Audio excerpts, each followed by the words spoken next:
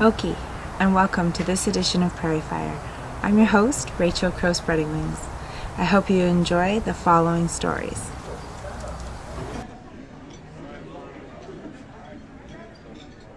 Yes, my name is Timothy Scout. And you're here looking for employment at the Creating Opportunities Job Fair 2012. How do you find the choices of employers? Well, I find it really helpful to the community and for what they're doing right now. And it's really going to benefit a lot of people. Whereas if you don't check out the job fairs, not really going to get really recognized. But if you go check one out, it'll be awesome. Check it out and you'll get your name out there and the companies will know you as a person. Whereas you don't really they can't really know who you are over the phone. They can meet you in person. It benefits you as a person just looking for work, basically.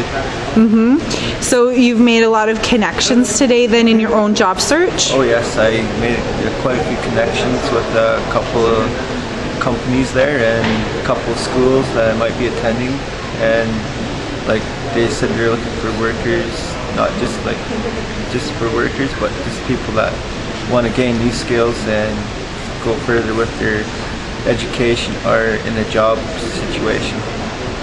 Right on. Thank you very much. Awesome. Thanks. We're with Renee Pleasure, and she's with 5th on 5th. And I was wondering why your organization decided to be a part of the Aboriginal Council of Lethbridge's Creating Opportunity Job Fair this year. Well, we had the opportunity to take participants with the group-based employability skills program to the job fair last year. It was absolutely wonderful. People loved it. They made lots of connections, and it just seemed like a golden opportunity to come again this year. For me personally, I find that I've made a lot of connections in the community to further support what I do with students in the program. It's just a great opportunity. Both really community connections. Yeah, both the Aboriginal and the non-Aboriginal side. Absolutely. Right on. Thank you very much. You're welcome. Thanks. Welcome to the show. Thank you.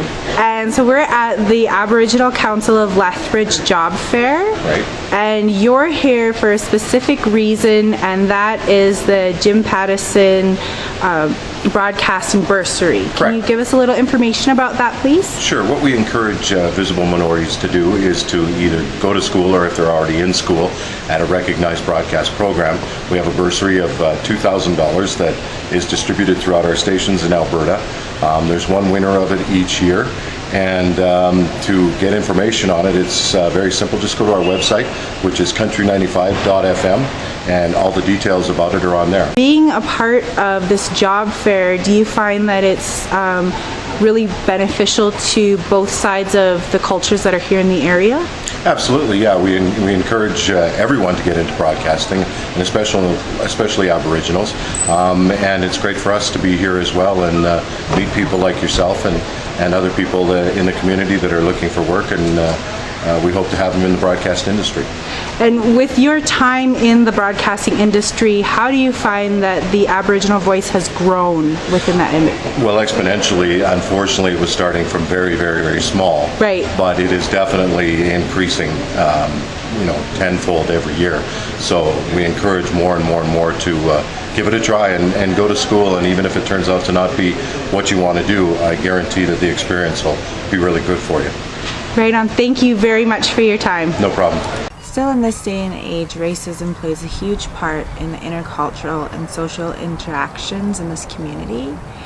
So to help counteract that and raise more awareness about how we can all take a stance and end racism and discrimination in this community in southern Alberta, the Aboriginal Council of Lethbridge, along with the City of Lethbridge and other organizations around the area, came together and sponsored a peace march. I hope you enjoy the following story. You know, it was 40 years ago that I put my step on this land in Toronto. And if anybody knows what discrimination means, this is the man who knows. You know, as soon as they saw me walking to the front door, the hand went this way, no, we don't have any job. And it was written on the side, no help wanted. And sometimes I had to force myself in because I knew English, and I have fought in trenches how to fight against this. Racism is a community problem. It's a problem of the society. It's not an individual problem. Unless we change the attitude in the society, we're going to have this with us forever and ever. So let's, do the awareness in our society that this is not right. It's a sin. Just because I'm brown, why should I be discriminated against? But look into my heart. Cut me open. My blood is red just like anybody else. My heart can be replaced. I can replace somebody else's heart and kidney and anything else. So why are we discriminating? It's a phenomenon, it's a societal phenomenon, it's a class war. There's many reasons why discrimination is done on different bases, not just racial or color. There are many ways discrimination is done. So I am with you, I am fighting all the way. Thank you very much. Have you yourself experienced any racism or seen any racism in the city of Lethbridge? I honestly, this is I'm just new here, so I'm going to say no. Okay. But I'm not saying that there isn't. I'm just new here. Yeah.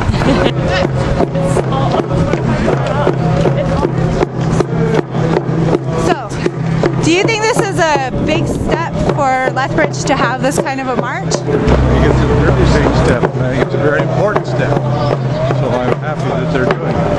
Okay, thank you. Thank you for joining.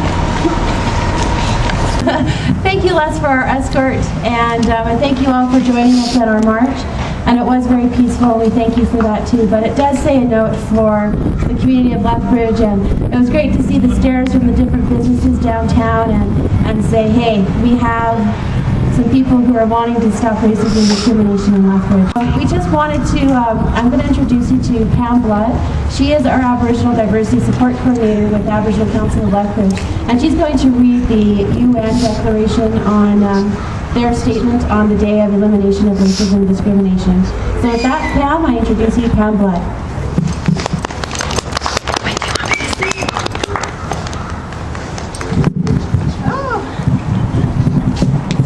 Everybody here?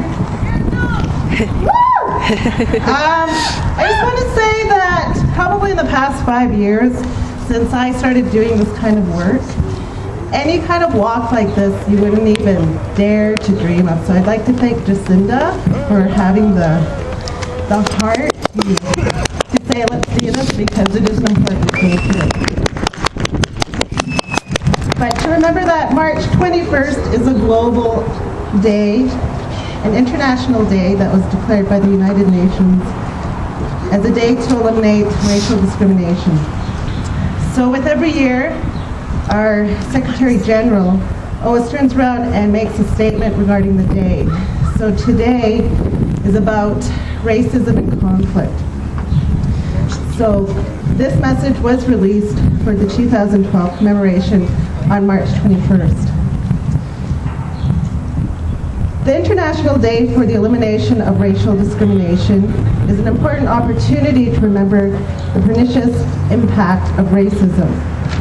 Racism undermines peace, security, justice, and social progress. It is a violation of human rights that tears at individuals and rips apart the social fabric. As we mark this International Day under the theme of racism and conflict, my thoughts are with the victims. Racism and racial discrimination have been used as weapons to engender fear and hatred.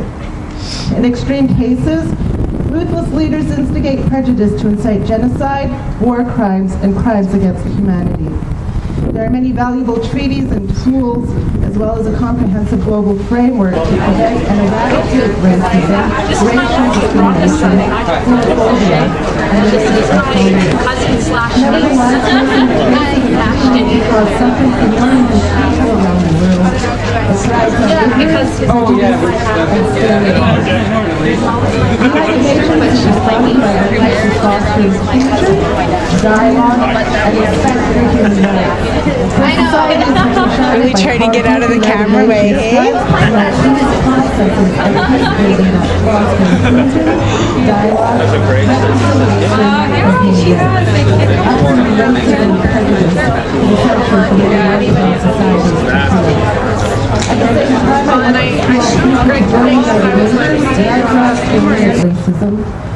must individually and collectively stamp out racism, stigma, and prejudice. This year we are spreading the word through their social media. Visit their new website, Let's Fight Racism. Tweet your support with the hashtag #FightRacism.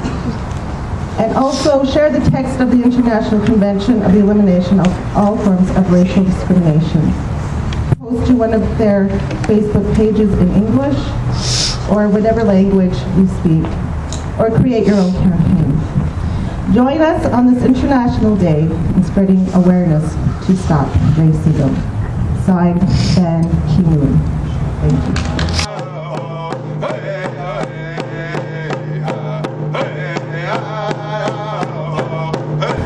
As I was sitting and listening to the drummers drum, it was really about thinking about how peaceful we are at this moment. And it's really talking about how diversity in Lethbridge can really, when we celebrate it and we practice it, that we really are a community of peace. And that's what we can bring, and hopefully that's the message that we can bring to the rest of the city of Lethbridge. So again, we say thank you for all of you that are here. As a First Nations person in this area in southern Alberta, it was really wonderful to see how the community really came out and supported everyone in the Peace March. I'd like to thank all of the participants, and I wish that there's, from that experience, I hope that everyone goes home with a better understanding of the whole community wanting to just get along and have a wonderful time together and enjoy the space that we all live in and share. I hope you enjoyed this edition of Prairie Phyre. Please stay tuned to all the upcoming stories and events from your surrounding First Nations community here in the heart of Blackfoot Country, Lethbridge, Alberta. Giramatsu.